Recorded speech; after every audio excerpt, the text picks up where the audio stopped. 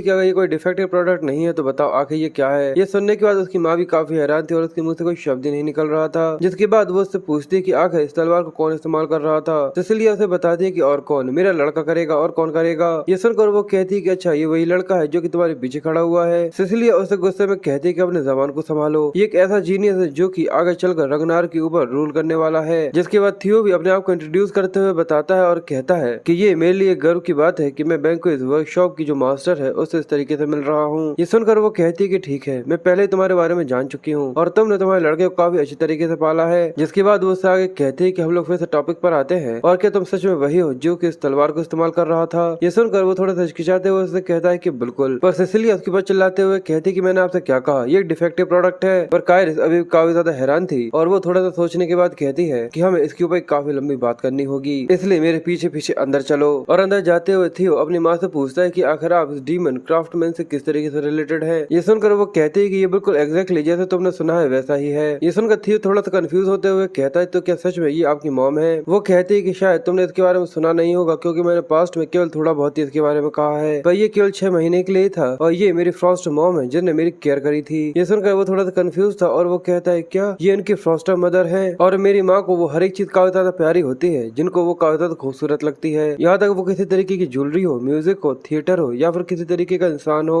और इसी वजह से इन्हें मुझे गोद लिया था एक फ्रॉस्टर डॉटर की तरह, क्योंकि ये मेरा काफी ज्यादा ख्याल रखा करती थी। पर कायरस उससे कहते हैं कि बहुत हुआ, पास्ट के बारे में बात बहुत हो गई, ये चीज पूरी तरह पॉइंटलेस है। पर सिली हंसते हुए उससे कहती है कि मैं बैट लगाती हूँ कि तुम सच में असल में ऐसा नहीं सोचती होगी। और ये सुनकर वो थोड़े से गुस्से में आ जाती है। जिसकी बात थी उससे पूछता है तो आखिर आप फिर इस जगह से यहाँ से कैसे निकली थी। तो वो जैसे ही बताना चालू करती है पर तभी कायरस चिल्लाते हुए कहती है कि वो यहाँ से अपने 2 खुद के पैरों पर भाग गई थी और वो मुझसे ये कहकर गई थी कि वो रंगनार के क्लैन हेड की पत्नी बनना चाहती है। मैं उसके बारे में सोचती भी हूँ तो वो खुद की मर्जी से उस मेजरेबल जगह पर गई थी। सच में वो कितनी ज्यादा बड़ी बेवकूफ है। मैं तो ये देखकर हैरान हूँ कि वो इतने लंबे समय तक सर्वाइव कर रही है। पर सिली से उस चीज को एंजॉय करते हुए कहती है कि क्लैन हेड उस समय पर काफी ज्यादा हैंडसम हुआ करते थे, वो काफी ज्यादा डैशिंग थे और काफी ज्यादा मेनली भी, और वो मुझसे काफी ज्यादा प्यार किया करते हैं। फिर कायरस कहती है कि पर अपने घर से इस तरीके से भाग जाने के बाद वो अगले साल क्रॉल करते हुए मेरे पास आई थी और उसने कहा कि वो एक तलवार चाहती है जो कि मैं उसके लिए बनाऊं क्योंकि वो उसके लड़के को देना चाहती है। सच में मैंने उसकी जैसी कोई भी बेशर्म आज से पहले कभी नहीं देखी। ये देखकर सिसिलिया उससे कहती है कि मॉम ऐसा तो मत कहो, आखिर आप ऐसी कोई बात मेरे खुद के लड़के के सामने कैसे कह सकती हैं। तो वो कहती है कि मैं कुछ गलत कह रही हूँ। और थियो उसको इस तरीके से देखकर काफी ज्यादा खुश हो रहा था और वो देखकर कहता है मैंने कभी भी अपनी माँ को इस तरीके से किसी से बात करता हुआ नहीं देखा। मुझे लगता है कि मैंने सच में कभी भी अपनी माँ के जो पास्ट है उसके बारे में कुछ भी नहीं जाना था। सच में मैं कितना ज्यादा नाकारा था लड़का हूँ। क्या मैं सच में क्लैन के लिए कुछ जरूर से ज्यादा ही ऑब्सेस्ड हूँ जिसकी वजह से मैं किसी और चीज के ऊपर ध्यान ही नहीं दे पा रहा। और वो इसके बारे में सोचते हुए कहता है कि इसके अलावा अगर डीमन क्राफ्टमैन उसकी काफी ज्यादा केयर करती है, उसकी माँ की काफी ज्यादा केयर करती है, तो आखिर उन्होंने उसके पास्ट में किसी भी तरीके का कोई भी एक्शन क्यों नहीं लिया था। और कायरस अपने पैरों को वहाँ पर रोकते हुए उन लोगों से कहती है कि हम लोग वहाँ पर आ चुके हैं और वो बताती है कि ये मेरा रूम है, द मास्टर ऑफिस। सिसिलिया उससे कहती है कि आखिर आप हमें यहाँ पर क्यों लेकर आ गई है, वो भी इतने ज्यादा अंदर। साथ ही वो उससे आगे कहती है कि आपको यहाँ पर उसे काफी ज्यादा अच्छी तलवार देनी होगी, भले ही उसको बनाने में आपको कितना लंबा समय क्यों न लगा हो। पर वो थियो का हाथ पकड़ कर उसको अंदर ले जाते हुए उससे कहती है कि सिसिलिया तुम्हें बाहर थोड़ी देर तक वेट करना होगा। और ये कहकर वो सिसिलिया के मुंह पर उस गेट को थवाक से लगा देती है। ये देखकर वो काफी ज्यादा हैरान होती है और वो कहती है कि आखिर आप ये क्या कर रही हैं। और वो दोनों केवल अंदर थे। यहाँ पर सिसिलिया की जो माँ थी वो काफी ज्यादा गुस्से में थी और वो अपने पाइप होता है उसको फूकते हुए गुस्से में उससे कहती है मैं तुमसे स्ट्रेटली ये पूछना चाहती हूँ और काफी ज्यादा फ्रेंकली, तो बताओ आखिर तुमने इस तलवार के साथ क्या किया है। क्या तुम्हारे पास किसी तरीके का रेलिक है या फिर कोई पैरामोडियल ड्रैगन। ये सुनकर थियो थोड़ा सा कंफ्यूज था और वो उससे कहता है क्या पैरामोडियल ड्रैगन, क्या तुम्हारा मतलब उन एंसेस्टर गार्डियन ड्रैगन से है जो कि इस क्लैन की रक्षा करते हैं। मैंने उसके बारे में सुना था पर मुझे ऐसा लगता है कि वो एक तरीके का लेजेंड है क्योंकि जो उन पैरामोडियल ड्रैगन का ट्रेजर था वो रंगनार के क्लैन के जितने भी डिसेंडेंट थे उन सभी के अंदर बांट दिया गया था। तो ये सुनकर वो काफी ज्यादा गुस्से में चिल्लाते हुए कहती है कि एक लेजेंड, क्या तुम सच में कुछ जरूरत से ज्यादा ही एरोगेंट हो। मुझे ऐसा ही लगता है क्योंकि अगर तुम्हारे पास किसी तरीके का रेलिक नहीं है। और ये कहकर वो उस तलवार को निकालना चालू कर देती है। ये देखकर थियो थोड़ा सा घबरा गया था पर अचानक ही वो उस तलवार को निकालते हुए रोना चालू कर देती है और उससे कहती है तो मुझे बताओ कि आखिर तुमने मेरी तलवार के साथ क्या किया है जिसकी वजह से वो इस स्टेट के अंदर आ गई है। मैंने इसके अंदर अपनी पूरी दिल और आत्मा को लगा दी थी जिससे मैं इस तलवार को बना सकूं। ये मेरी बेबी थी और इस चीज का तो बिल्कुल भी सवाल पैदा नहीं होता कि किसी और चीज के खिलाफ टूट सकती है रेलिक को छोड़कर। और वो इस तलवार को देखकर काफी ज्यादा रो रही थी। ये देखकर जो थियो था वो थोड़ा सा कंफ्यूज था और वो अपने मन में कहता है कि प्लीज मुझे माफ कर दो। साथ ही वो सोचता है कि बस ये तो इतनी ज्यादा डैमेज केवल उस डाकरे से लड़कर हो गई है पर आखिर ये बार बार किसी रेलिक के ऊपर क्यों जा रही है। पर फिर वो उससे आगे कहती है कि भूल जाओ, ये तुम्हारे लिए काफी ज्यादा तेज होगा अगर मैं डायरेक्टली तुम्हें वो दिखा उठाती हूँ और वहाँ पर कई सारी चेन्स के अंदर एक ताबूत बना हुआ था जिसके बारे में देखकर वो उससे कहती है, तो आखिर बताओ क्या तुम उसको देख सकते हो? तो थियो उसके अंदर से एक निकलने वाली लाइट को देखता है जो कि ब्लू कलर के अंदर चमक रही थी। थियो ये देखकर कहता है कि ये तो बिल्कुल वैसी ही लाइट है जो कि क्वेस्ट के अंदर से निकलती है और बिल्कुल वैसी ही लाइट जो कि डंजन डोर के अंदर से निकल रही थी जो कि कैमेलिया पैलेस के अंदर है। पर किसन उससे कहती है कि ना ही मैं कुछ देख सकती हूँ ना ही मुझे कोई चीज महसूस होती है, पर तुम्हारे रिएक्शन को देखकर ऐसा लगता है कि जरूर तुम उसके अंदर कुछ देख सकते हो। इसलिए वो उस ताबूत को बाहर उठाते हुए कहती है, मैंने कोशिश करी और बार बार कोशिश करती रही पर मैं कभी भी इसे ओपन नहीं कर पाई और ना ही इसके अंदर के जो आइटम है उसे देख पाई हूँ। इसलिए मैंने इसके लिए जितनी भी कोशिशें थी वो पूरी तरह से खत्म कर दी। पर वो लेकर उसे थियो के सामने पटक देती है और कहती है, और कहा जाता है कि इसके अंदर एक पैरामॉडल ड्रैगन का रेलिक है। आज से बहुत साल पहले मिथिक के एज के अंदर एक पैरामॉडल ड्रैगन हुआ करता था जिसका एक फैंग टूट गया था जिसके अंदर से एक तलवार बनाई गई थी और उस मॉन्स्टर सोर्ड को कहा जाता था व्हाइट नाइट मून ब्लेड। इसलिए अगर तुम इस केस की सील को तोड़ देते हो और काफी अच्छे तरीके से उस तलवार को निकाल लेते हो तो मैं तुम्हें वो व्हाइट मूनलाइट ब्लेड दे दूंगी। थियो ये सुनकर थोड़ा सरप्राइज था पर वो उससे आगे कहती है,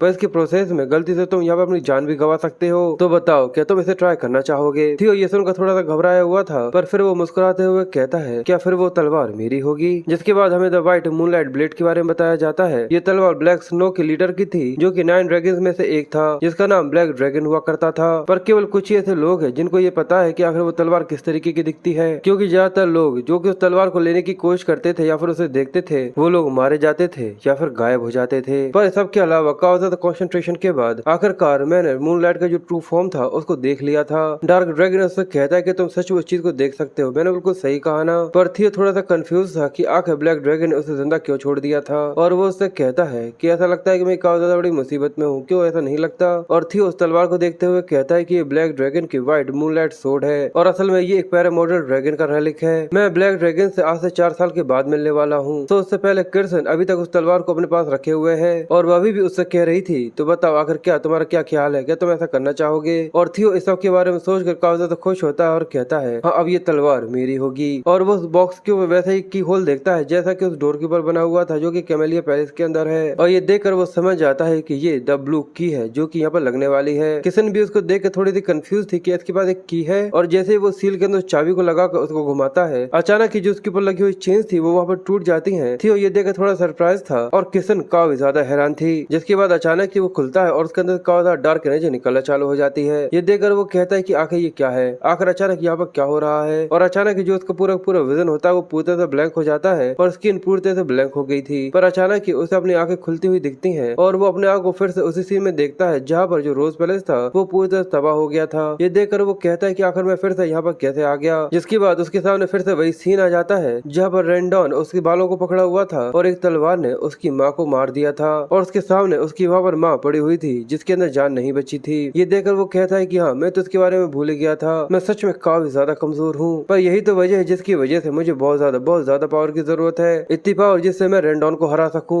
और कैमेलिया पैलेस को तबाह कर सकूं। और हमें दिखाते हैं कि थियो के पीछे वही फीनिक्स था जो कि उसे यहाँ पर कच्चा चबाने वाला था और जैसे इसका बड़ा सा मुंह थियो के पास आ रहा था अचानक ही थियो काफी ज्यादा गुस्से भरी नजरों के साथ पीछे की तरफ घूमता है और वो उसके मुंह को पकड़ लेता है। फीनिक्स ये देख कर काफी ज्यादा हैरान था और जो पूरा पूरा इल्यूजन होता है वो वहाँ से पूरी तरह गायब हो गया था। थियो उससे कहता है, अच्छा तो इस तरीके से तुम किसी और के दिमाग के ऊपर टेक ओवर करने की कोशिश करते हो और जो डिजायर होता है उनके पावर के लिए उसको ही खिलाफ उसके इस्तेमाल करके, और मुझे ये लगता है कि इसी वजह से एक मॉन्स्टर सोर्ड है, इसका यही एक रीजन है। और वो फीनिक्स उससे कहता है कि आखिर तुमने ऐसा कैसे किया? तो वो उसे बताता है कि मैं काफी लंबे समय पहले उन सभी चीजों के ऊपर कॉन्कर कर चुका हूँ जो कि तुम मुझे यहाँ पर दिखा रहे हो बेवकूफ। क्या तुम्हें सच में ऐसा लगा था कि मैं तुम्हारे इस इल्यूजन के अंदर फंस जाऊंगा तुम्हारी पावर से, जब पहले ही मेरे पास एक क्वेस्ट है? ये सुनकर वो घबराते हुए कहता है कि आखिर अब तुम यहाँ पर क्या करने वाले हो? और वो उससे कहता है कि इंसान मुझे यहाँ से जाने दो। पर थियो उसे पकड़े हुए उससे कहता है कि तुम उस ग्रिफिन से काफी ज्यादा अलग हो जो कि मेरी मेमोरीज में मैंने देखा था। मुझे अच्छी तरीके से याद है मेरी मेमोरीज में कि तुम 10 मीटर से भी ज्यादा लंबे थे, पर अभी तो तुम बिल्कुल मेरी हाइट के बराबर के हो। और शायद ऐसा इस वजह से हो सकता है क्योंकि तुम काफी लंबे समय से यहाँ पर कैद हो। और ये क्या एक मुक्का बनाते हुए उससे कहता है, अगर ऐसा है तो ये काफी ज्यादा अच्छी चीज है मेरे लिए। और वो उसके ऊपर और थियो उसको एक पंच मारते हुए कहता है कि अब तुम मेरे हो, द व्हाइट मूनलाइट सोर्ड अब वो मेरी है। और वो ग्रिफिन उस पंच को देख उससे कहता है कि सर क्यों ना हम लोग यहाँ पर अच्छे लोगों की तरह बात करें। पर बाहर हमें एक दूसरा सीन दिखाया जाता है जहाँ पर वो दोनों ही थियो के लिए काफी ज्यादा परेशान थे। सलीसी उसको पकड़े हुए बैठी हुई थी और वो चिल्ला चिल्ला कर कह रही थी कि मेरे बेटे आखिर तुम्हें क्या हो गया, प्लीज जल्दी से उठ जाओ। और साथ ही वो किशन के ऊपर भी चिल्लाते हुए कहती कि माँ आगे सबका मतलब क्या है, आखिर मेरा लड़का इस कंडीशन के अंदर क्यों है? मैं बस आपसे ये कहना चाहती थी कि आप उसके लिए एक तलवार बनाए, मैंने ऐसा कभी भी नहीं कहा था कि आप उसके साथ कुछ ऐसा कर कर दे। और जो किसन थी वो भी इसकी वजह से काफी ज्यादा घबराई हुई थी और काफी ज्यादा डरी भी हुई थी। वो कहती कि मॉन्स्टर एनर्जी उसकी ब्लड स्ट्रीम के अंदर लिंक हो गई है। आज से पहले मैंने कभी भी ऐसी चीज न देखी थी न सुनी थी, पर क्योंकि ये पहले से एक रैली को पोजेस करे हुए है तो मुझे ऐसा लगता है कि ये पूरी तरह से ठीक होगा। पर सिसिलिया काफी ज्यादा गुस्से में होती है और वो रोते हुए उसकी माँ से कहती है, अगर मेरे लड़के को सच में यहाँ पर किसी भी तरीके का कोई भी नुकसान होता है तो मैं तुम्हें कभी भी माफ नहीं करूंगी। और किसन ये सुनकर काफी ज्यादा सन्न खड़ी हुई होती है। पर अचानक ही जो थियो का हाथ है वो वहाँ पर मूव करना चालू करता है और उसके अंदर से काफी ज्यादा जो डिमोनिक एनर्जी होती है वो रिलीज होना चालू होती है और धीरे धीरे कर वो उसके शरीर के अंदर एंटर करने लगी थी। ये देखकर वो दोनों ही काफी ज्यादा कंफ्यूज थे और देखते ही देखते ऐसा लगता है कि उसकी छाती के ऊपर किसी तरीके का वर्लपूल बन जाता है जिसके अंदर जो पूरी पूरी डिमोनिक एनर्जी थी वो पूरी तरह से एंटर कर चुकी थी।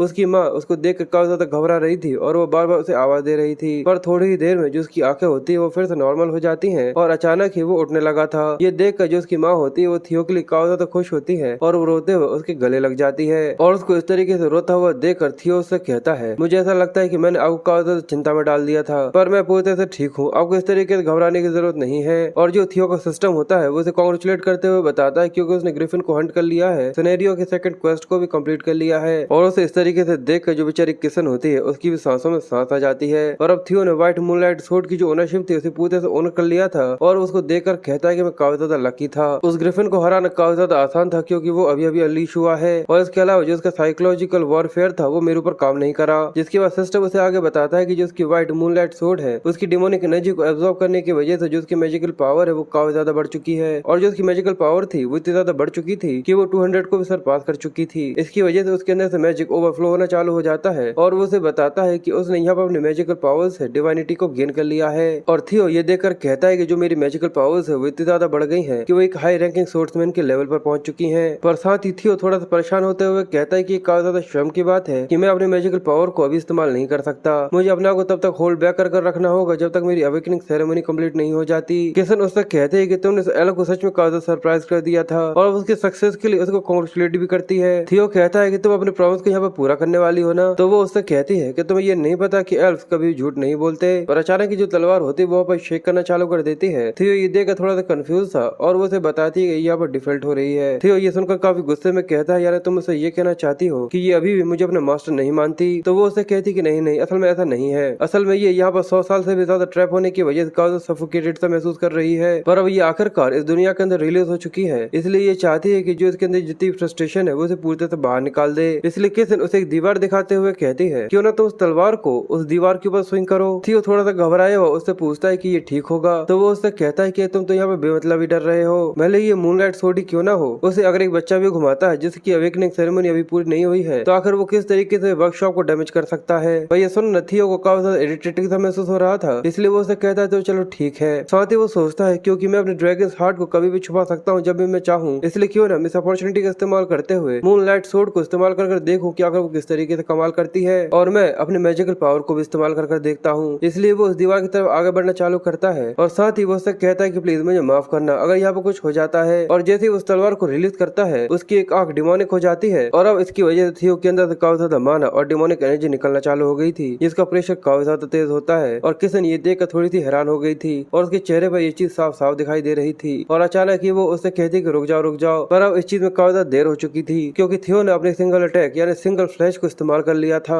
इसकी वजह जो उसकी दीवार होती है वहाँ पर काफी ज्यादा बड़ा क्रैक आ जाता है, या फिर ये कहना चाहिए कि जो पूरी पूरी दीवार थी वो 2 हिस्सों में कट चुकी थी। और यहाँ तक केवल वो दीवार ही नहीं, जो पूरी पूरी वर्कशॉप थी वो पूरी तरह से हिल गई थी और जो उसकी पीछे की दीवार थी वहाँ पर भी काफी ज्यादा बड़ा क्रैक बन जाता है और वो पूरी तरह से तबाह हो जाती है। ये देखने के बाद किसन की जो कंडीशन होती है वो देखने में काफी ज्यादा फनी लग रही थी और जो उसकी माँ थी वो ये देख कर काफी ज्यादा अमेज थी। वो रोते हुए कहती कि मेरी वर्कशॉप पूरी तरह तबाह हो गई, मेरा पैसा। और थियो ये देखकर कहता है कि ये कुछ जरूर से ज्यादा ही खतरनाक हो सकता है, पर इसने मेरी जितनी मैजिकल पावर थी उसे पूरी तरह से एब्जॉर्ब कर लिया है। और अचानक थियो के पेट पर किसन का हाथ आ जाता है और वो उसकी माँ ना बॉल को यहाँ पर चेक करने की कोशिश कर रही थी। ये देखकर वो थोड़ा सा कंफ्यूज था और वो कहता है कि काफी ज्यादा फास्ट है, आखिर ये यहाँ पर कब आ गई। और वो ये देखकर कहती है कि काफी ज्यादा अच्छा है कि तुम्हारे अंदर किसी भी तरीके की मैजिकल पावर नहीं है, तो क्या तुमने सच में केवल एक शार्प तलवार के साथ ऐसा कुछ कर दिखाया है। और वो अब थियो को इस तरीके से देख रही थी और वो समझ चुकी थी कि वो सच में एक काफी ज्यादा बड़ा जीनियस है और ये जीनियस उसका ग्रैंडसन है। और इसके बारे में सोचकर उसके दिमाग में एक अलग तरीके की थ्योरी चलना चालू हो जाती है क्योंकि उसकी आंखों के अंदर हम पैसा साफ साफ देख रहे हैं, क्योंकि उसे पता है कि वो इस तरीके से काफी ज्यादा पैसा कमा सकती है। इसलिए वो थियो के कंधे पर हाथ रखती है और वो उससे कहती है कि आज और अभी से मैं तुम्हारी पैट्रॉन बन चुकी हूँ, इसलिए बस अब तुम्हें अपने पंखों को फैलाना है और इस दुनिया को अपने स्किल्स दिखाने हैं। साथ ही वो अपने मन में सोचती है क्योंकि अब तुम इस वर्कशॉप के चलते फिरते एडवर्टाइजमेंट बोर्ड बनने वाले हो।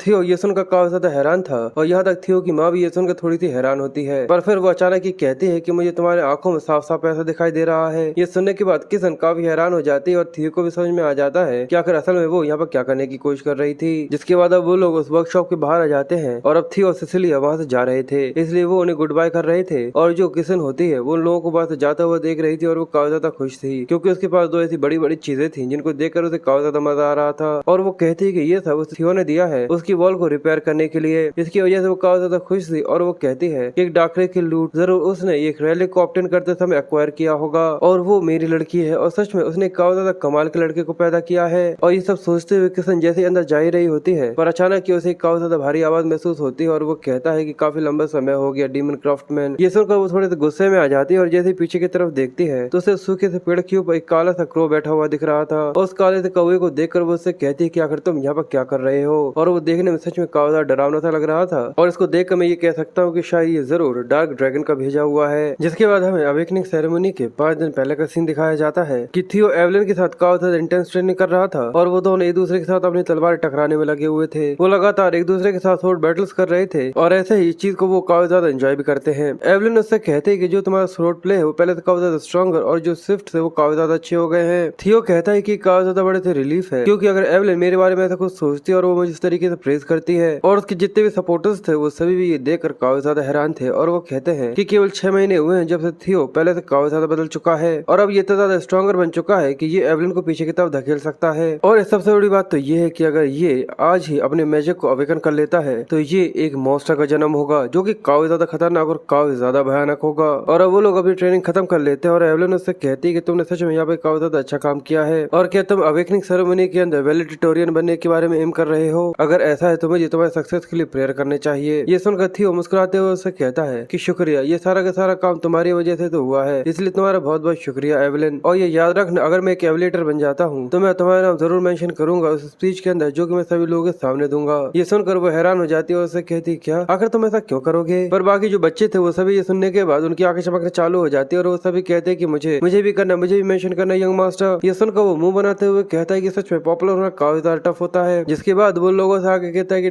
ठीक है अब मैं यहाँ से जा रहा हूँ। जिसके बाद हमें सेंट्रल हेडक्वार्टर का सीन दिखाया जाता है क्योंकि अब वो दिन आ चुका था जिसका थियो काफी लंबे समय से इंतजार कर रहा था और वहाँ काफी ज्यादा भीड़ होती है। थियो गेट पर खड़ा हुआ था जिसको देखकर वो गार्ड्स हैरान थे और थियो अपने आप को इंट्रोड्यूस करते हुए कहता है कि वो अंदर जाना चाहता है। और वो अंदर जाते हुए सभी लोगों की भीड़ को देखकर कहता है कि जो अवेकनिंग सेरेमनी होती है वो रग्नार के लिए काफी ज्यादा इम्पोर्टेंट एनुअल इवेंट होता है। और सब लोग थियो को ही देख रहे थे और वो आगे कहता है कि यहाँ पर जितने भी पार्टिसिपेंट्स होते हैं वो सभी यही इच्छा करते हैं कि उन्हें अवेकनिंग सेरेमनी के अंदर काफी ज्यादा अच्छा रिजल्ट मिले क्योंकि एज रग्नार के सोर्ड्समैन ये एक पहली जगह होती है जहाँ पर तुम्हें जाना जाता है और इज्जत दी जाती है। साथ ही वो सामने की तरफ देखते हुए आगे कहता है कि इसके अलावा रग्नार क्लैन के सभी लोग यहाँ पर देख रहे होते हैं, यहाँ तक क्लैन हेड भी। इसके अलावा हमें 9 ड्रैगन्स को भी दिखाया जाता है और साथ ही हमें वहाँ पर एक लेडी को भी बैठा हुआ दिखाते हैं जो कि असल में एक फॉर्मर हेड है जो कि 2nd जनरेशन की है और उसका नाम हेल्डा है। और थियो उसको देखकर कहता है कि जितना मैं उसको देखता हूँ ऐसा लगता है कि वो बार बार 150 साल से और ज्यादा कम दिखती है। इस सब के अलावा ये देखकर मुझे काफी ज्यादा अच्छा लग रहा है कि फिर से इस चीज को अटेंड कर रही है। जिसके बाद वहाँ पर ढोल बजना चालू होते हैं और जो उनका जज होता है वो चिल्लाना चालू करता है और उन लोगों से कहता है कि हम लोग यहाँ पर प्राइमरी एग्जाम को शुरू करने वाले हैं, इसलिए जो पार्टिसिपेंट होगा वो ग्राउंड में लगी हुई इस तलवार को उठाएगा और उसका इस्तेमाल करते हुए स्टील वॉल के ऊपर एक मार्क छोड़ेगा। पर तुम्हारे इन्फॉर्मेशन के लिए मैं ये बता देता हूँ कि जो ये वॉल बनाई गई है ये व्हाइट स्नो स्टील से बनाई गई है, चाहकर भी इसके ऊपर किसी तरीके का स्क्रैच नहीं छोड़ सकती। पर ये चीज पूरी तरह से चेंज हो जाती है अगर तुम उनके अंदर अपने मैजिक पावर को इस्तेमाल करते हो और उसके ऊपर हमला करते हो। इसलिए मैं तुम सभी को हैंड ओवर करूंगा ये सोमा तुम्हारे लिए। और एक सोमा पिल तुम्हें 10 साल का मैजिक पावर प्रोवाइड करती है और ये एक ऐसा एलेक्सर है जो कि तुम्हारे मानव वॉल को ओपन करने में तुम्हारी मदद करती है। इसलिए तुम्हें इस सोमा को खाना होता है, उसके बाद अपने मानव वॉल को एक्टिवेट करना होता है, उसके बाद ही तुम ये स्नो स्टील वॉल के ऊपर किसी तरीके का स्क्रैच छोड़ सकते हो और जिस तरीके का तुम्हारा कट होगा उसी को देखकर तुम्हारा रिजल्ट सामने आएगा। इसलिए वो सबसे पहले जो उसका पहले पार्टिसिपेंट होता है वो थियो होता है, उसे आवाज देता है। थियो ये सुनने के बाद आगे की तरफ आता है, उस प्लेटफॉर्म के ऊपर खड़ा हो जाता है जहाँ पर उसे वो गोली यानी सोमा दी जाती है और वो सोमा को लेते हुए कहता है कि मेरी पास्ट लाइफ के अंदर एक्सियन था जो कि वैलेडिटोरियन बना था, पर इस बार ऐसा कुछ भी नहीं होने वाला। और ये कहकर वो जमीन से एक तलवार को निकालता है और आगे बढ़ना चालू कर देता है। और यहाँ पर उसे एक और सिनेरियो क्वेस्ट मिला था कि उसे अवेकनिंग सेरेमनी के अंदर विक्टर बनना होगा। हेल्डा ये देखने के बाद केली से कहती है तो क्या ये वही है जिसके बारे में तुम मुझे मेंशन कर रहे थे। केली ये सुनकर हंसते हुए कहता है देखकर ऐसा लगता है है कि उसने भी तुम्हारे इंटरेस्ट को कैच कर लिया है। वो कहती है कि बिल्कुल, जब से तुमने इसके बारे में मुझे बताया मैं काफी ज्यादा क्यूरियस हूँ, लगता है कि तुम्हें उसके ऊपर नजर बनाए रखनी होगी। तो चलो आओ हम लोग भी ये देखते हैं क्या 21 साल की जो डिसेंडेंट्स है वो किस तरीके से कंपटीशन को दिखाने वाले हैं। थियो उस वॉल के सामने खड़ा हुआ था और अपने आप को स्ट्रेच कर रहा था और वो कहता है कि अवेकनिंग सेरेमनी, इसकी वजह से मैं थोड़ा सा नर्वस हूँ क्योंकि काफी लंबे समय के बाद हो रही है। जज थियो से कहता है कि अब तुम्हें उस सोमा को खाना होगा। ये सुनकर वो कहता है कि मैं समझ गया और साथ ही वो अपने मन में सोचता है कि जब मैंने अपनी पास्ट लाइफ के अंदर उस सोमा को खाया था तो जो मेरा माना है वो आउट ऑफ कंट्रोल हो गया था और अनबैलेंस हो गया था, जिसकी वजह से मेरे डेंटियन के अंदर कई सारी इंजरीज आ गई थी। पर इस बार की जो मेरी जिंदगी है उसके अंदर ऐसा कुछ भी नहीं होने वाला। और ये कहते ही उसके आसपास का जो माना होता है वो अचानक ही काफी ज्यादा आउटबर्स्ट होने चालू हो जाता है। ये देखकर वो जज काफी ज्यादा घबरा गया था और वो कहता है कि ये पागल कहीं का, ये इतनी ज्यादा बड़ी माना वेव को बना रहा है, ये बिल्कुल भी इस तरीके की माना वेव को बिल्कुल भी सही तरीके से कंट्रोल नहीं कर पाएगा, क्योंकि जब भी कोई सोमा पिल को खाता है तो उसे काफी ज्यादा सावधानी के साथ इस्तेमाल करना चाहिए। इसकी वजह से वो अपनी डेंटियान के अंदर माना वॉल को सेट कर पाता है और रंगनार के अंदर जितना ज्यादा इंसान टैलेंटेड होता है उतनी ज्यादा माना को निकाल पाता है। पर अगर ये चीज बिल्कुल भी सावधानी के साथ ना की जाए तो ये काफी ज्यादा बड़ा डिजास्टर भी बन सकता है। और जो जज था वो थियो को देखकर यही सोच रहा था कि ये भी इंसान या उन सभी की जैसे तबाह होने वाला है। पर अचानक जो थियो होता है वो पूरे माना को अपने अंदर एब्जॉर्ब कर लेता है और उसे पूरे से स्टेबल कर लेता है।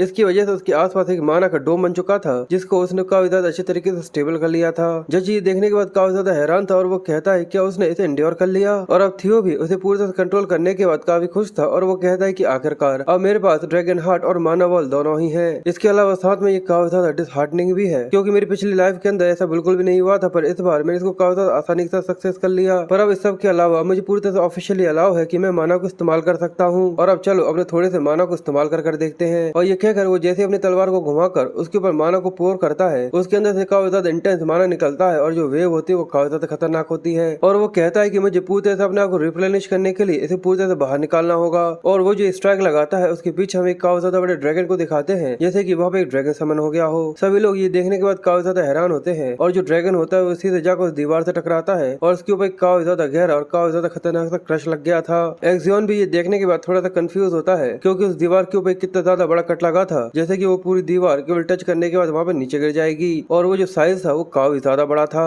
जज ये देखने के बाद काफी ज्यादा हैरान होता है और वो पसीना होते हुए कहता है कि थियो यहाँ पर पास हो चुका है। और थियो वहाँ से जाते हुए उस वॉल के ऊपर काफी ज्यादा बड़ा निशान छोड़ गया था और जितने पार्टिसिपेंट्स वहाँ पर आए हुए थे वो देखकर काफी हैरान थे और पसीना होते हुए कहते कि आज से पहले हमने कभी भी ऐसा कुछ नहीं देखा था जब तक थियो ने ऐसा कुछ भी नहीं किया था। क्या सच में ये किसी का सोर्ड स्लैश है जिसने पहली बार अपने माना को अनलीच किया है। और अब जो थियो का लक था वो 0 पर आ गया था। ये देखकर वो थोड़ा सा कंफ्यूज होते हुए कहता है कि जो उसके बैड लक का कर्ज था वो भी अब उसकी पर पूरी तरह खत्म हो चुका है और अब वो धीरे धीरे कर पूरी दुनिया में अपने फ्रेम को फैला सकता है। ये सुनकर वो काफी ज्यादा खुश होता है और कहता है कि आखिरकार मैं उस स्टार्टिंग पॉइंट पर पहुंच चुका हूँ जहाँ पर सभी लोग खड़े हुए हैं। और उसका सिस्टम उसे बताता है कि अब धीरे धीरे कर लोग उसके अंदर इंटरेस्ट दिखाना चालू कर रहे हैं उसकी परफॉर्मेंस की वजह से। और जो ओसा होती है वो भी यही सोच रही थी कि वो उसे एक डिसाइपल के तौर पर ले ले। और जूलिस का भी जो फोकस ऑफ इंटरेस्ट उसके ऊपर था वो पहले से और भी ज्यादा बढ़ चुका है और रूबर भी उसके लिए काफी ज्यादा क्यूरियस है। और इसके अलावा हिल्डा का भी नोटिफिकेशन दिखाया जाता है कि अब वो भी उसके ऊपर इंटरेस्ट दिखा रही है। ये देखकर वो कहता है कि ब्लैक ड्रैगन और इसके अलावा सो ड्रैगन ये सच में काफी ज्यादा अनएक्सपेक्टेड था। पर सबसे ज्यादा जरूरी फैक्ट तो ये है कि मैं हिल्डा की नजरों में आ चुका हूँ, इसकी वजह से मैं सच में काफी ज्यादा खुश हूँ। और वैसे भी वो गरुड़ा का हार्ट है तो ऐसा तो होना ही चाहिए। और वैसे भी वो गरुड़ा का हार्ट है और क्या मैं उसे भी ऑब्टेन कर सकता हूँ। जिसके बाद अब बाकी पार्टिसिपेंट्स होते हैं वो सभी भी अपनी काफी ज्यादा मेहनत करते हैं और धीरे धीरे करके उसके ऊपर छोटे छोटे निशान छोड़ जाते हैं। सिविल ने भी एक मार्क लगा दिया था जिसकी वजह से वो सच में काफी ज्यादा खुश था और वो कहता है कि थियो यंग मास्टर मैं यहाँ पर सक्सेस हो चुका हूँ। जिसके बाद रे वहाँ पर निशान लगाती है जिसके बाद हकलेस आगे आकर उसके ऊपर एक मार्क लगाता है। जिसके बाद रिमिंग आता है और वो अपनी तलवार को घुमाते हुए उसके ऊपर एक काफी ज्यादा गहरा कट लगा देता है। और सिविल उन लोगों को देखकर काफी हैरान था और वो कहता है कि चारों 4 हॉर्न्स सच में ये काफी ज्यादा मिस्टीरियस रिजल्ट लेकर आए हैं। पर उन चारों में से कोई भी एक ऐसा नहीं है जिसने यंग मास्टर थियो के जितना एक ग्रेट मार्क लगाया हो। जिसके बाद वो आगे कहता है कि बस अब केवल एक इंसान रह गया है जो कि अभी तक बचा हुआ है। और हम एक्सियन को आगे आता हुआ दिखाते हैं और एक्सियन आगे आते हुए सच में काफी ज्यादा गुस्से में लग रहा था। सभी लोग उसके बारे में बातें करना चालू कर देते हैं। ऐसा लगता है कि ये लूस्टर टाइगर और डार्क टाइगर के बीच में एक कॉन्टेस्ट चल रहा है और ऐसा नहीं लगता कि यहाँ तक एक्सियन भी ऐसा कुछ करने के लायक है। जिस लेवल पर लूस्टर टाइगर पहुंच चुका है ऐसा नहीं लगता कि वो ऐसा कुछ कर भी सकता है। और उनकी ऐसी बातें सुनने की वजह से डार्क टाइगर को काफी ज्यादा गुस्सा आ रहा था और वो अपनी तलवार को लेकर जल्दी से प्लेटफॉर्म की तरफ आगे बढ़ना चालू कर देता है। तभी इसका जो जज होता है वो उसे कहता है कि तुम्हें अब सोमा को खाना होगा। वो सोमा को खाता है और अपने अंदर से काफी ज्यादा रेड माना को अनलीश करता है और जो काफी ज्यादा खतरनाक था। ये देखने के बाद जो जज होता है वो उसे कहता है कि रुक जाओ, पर तभी वो एक काफी ज्यादा खतरनाक कट लगाता है। इसकी वजह से उसके अंदर से भी काफी ज्यादा माना निकलता है जिसने एक ड्रैगन का फॉर्म ले लिया था जो कि सच में काफी ज्यादा खतरनाक लग रहा था।